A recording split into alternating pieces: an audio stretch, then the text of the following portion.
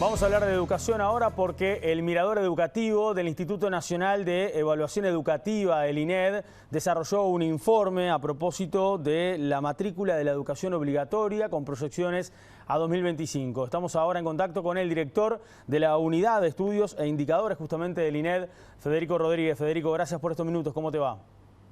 ¿Qué tal? Muchas gracias a ustedes. Saludos para todos.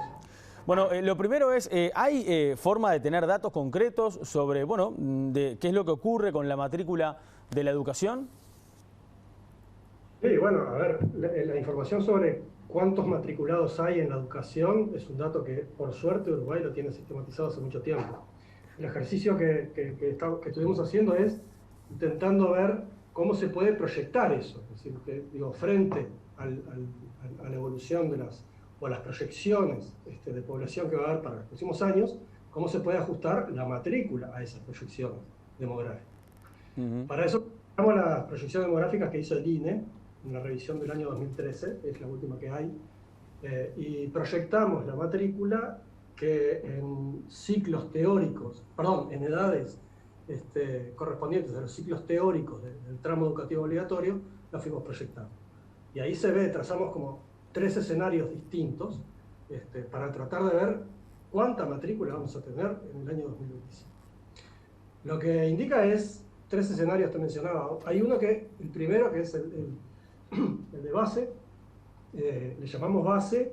Lo que procura es, bueno, si hoy tenemos determinados niveles de cobertura y no se modifican esos niveles de cobertura, ¿qué matrícula vamos a tener en el año 2025 producto de la caída demográfica que hay? Ese es el primer escenario. El segundo escenario es un poco más optimista y es, en el caso de que se mantenga el nivel de crecimiento que se ha dado en términos de cobertura en los últimos 15 años, bueno, ¿qué matrícula vamos a tener? O sea, pero ahí ya trazamos a un escenario de crecimiento de cobertura. Bien. Y a ese le llamamos un escenario tendencial, ¿no? Se mantiene la tendencia.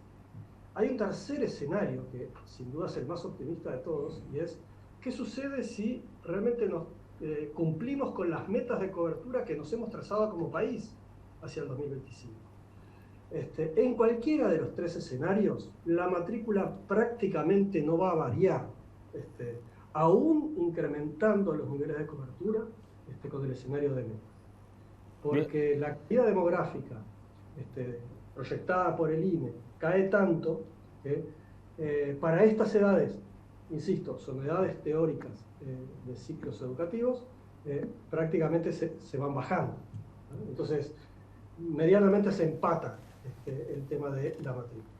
¿Y qué sistema educativo sería el más impactado de cara a 2025? ¿Educación inicial, primaria, secundaria? Sin duda, educación inicial es el tramo que tiene todavía un margen de crecimiento. Quiere decir con esto que en cualquiera de los escenarios tiene un pequeño incremento y en el escenario de metas tiene un incremento sostenido importante. En el escenario, y lo mismo va a suceder con el escenario el tramo entre 15 y 17 años, que es donde más tenemos para crecer en términos de cobertura y por tanto de incorporación de jóvenes y adolescentes a la educación obligatoria. Ahora, en temas de metas de cobertura, Federico, ¿Perdón? en el tema de metas de cobertura, que tú recién lo señalabas también como una de las etapas que se analizaron, ¿cuántas plazas menos se debería de tener considerando las cifras que tienen hoy? Depende del ciclo, ¿sí? Pero, por ejemplo, en el caso de educación inicial, si llegamos a una cobertura como la estipulada en las metas, necesitamos 10.000 plazas más. Ahí tenemos una incorporación fuerte de casi 10.000 chiquilines. En el caso de primaria, digo primaria, pero en realidad es el ciclo de 6 a 11 de edad, ahí hay una caída, porque ya tenemos una cobertura universal y el efecto de la caída demográfica va a impactar en la matrícula que tengamos. De 12 a 14 sucede algo parecido a primaria. Estamos en niveles muy cercanos a la universalidad, ¿sí? Por tanto, se prevé una caída de la matrícula.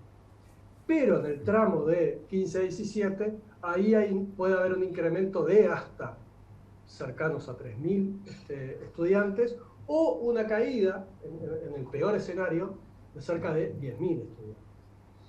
En cualquier caso, creo que analizar estos escenarios es importante, no tanto para preservar plazas, sino para hacer un estudio específico sobre dónde es que se van a necesitar las plazas. Yo te mencionaba el ejemplo de 15 a 17 años, que es donde tenemos los menores niveles de cobertura hoy por hoy en el país, pero ese faltante de cobertura, esos alumnos o jóvenes que queremos incorporar al sistema educativo, son los más difíciles de incorporar, porque siempre en cualquier política social, ¿no? Es decir, siempre el último tramo de cobertura es el más difícil de alcanzar, sea porque tienen problemas complejos a nivel doméstico, tienen que trabajar, tienen que cuidar familiares, o porque no hay una cultura de valoración de la educación, o porque tienen privaciones importantes en términos materiales. Entonces, esos niveles de cobertura